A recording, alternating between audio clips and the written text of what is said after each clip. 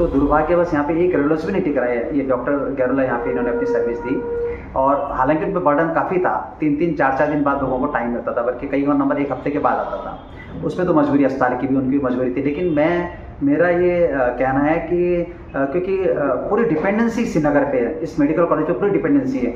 और आज की डेट में ईमानदारी से बोलूँ तो मेडिकल कॉलेज मजाक बन के रह गया। आप खुद लोकल श्रीनगर से हैं, आप देखिए श्रीनगर से रेफर यहाँ केस होते हैं, क्योंकि उनकी मजबूरी हो, हायर अथॉरिटी को केस नहीं रेफर कर सकते तो श्रीनगर बेस को ही करेंगे।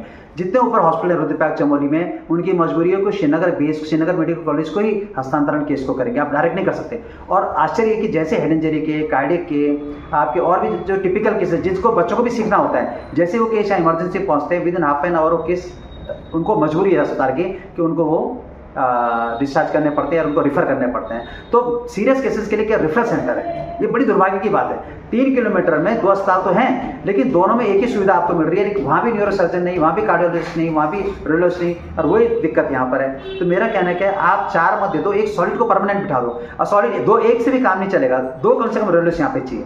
क्योंकि निरंतर यदि सबका अल्ट्रासाउंड होना है, 3-4 दिन बाद किसी का नंबर ना आए, कई लोग इमरजेंसी में होते, 2 रेडियोलॉजिस्ट कम से कम यहाँ पे चाहिए। तो सरकार से मैं आपके माध्यम से ये संदेश पहुंचाना चाहता हूँ कि कम से कम इसकी महत्वता को आप समझिए, क्योंकि ब्यूरोक्रेसी लेके पूरी मिनिस्टर का परिवार, उनका पूरा परिवार देहरादून में रह रहा है। लेकिन एक चीज़ बताओ, मरना तो आदमी अमेरिका में जाके मरेगा, देहरादून में जाके मरेगा, लेकिन एक मरीज को और उसके क्या कहते हैं जितने भी तीमारदार होते हैं उनको संतुष्टि होती है कि हमने अपना मरीज का अच्छा इलाज अच्छे अस्पताल में कर दिया और डॉक्टर ने अपना 100% दिया। लेकिन यहाँ पे आपने देखा होगा कि बिना उसके इलाज के अभाव में लोग खत्म हो रहे हैं, कई लोग रास्ते में खत्म हो जाते हैं, उनमें न्यूरो के और कार्डियोलॉजिस्ट के ज़्यादा होते हैं। तो ये मैं संदेश पहुंचाना चाहता हूं कि आप, मुझे लगता है कि 400 पार भाजपा भी आने वाली, कल रिजल्ट निकल ही जाएगा।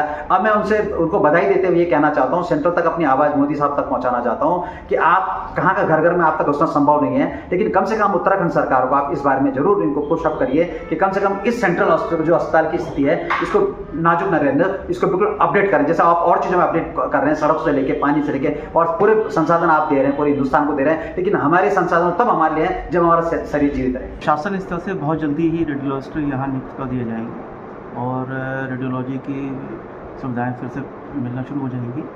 CT स्कैन और MRI हमारे यथावत चल रहे हैं और उनकी रिपोर्टिंग भी हो रही है।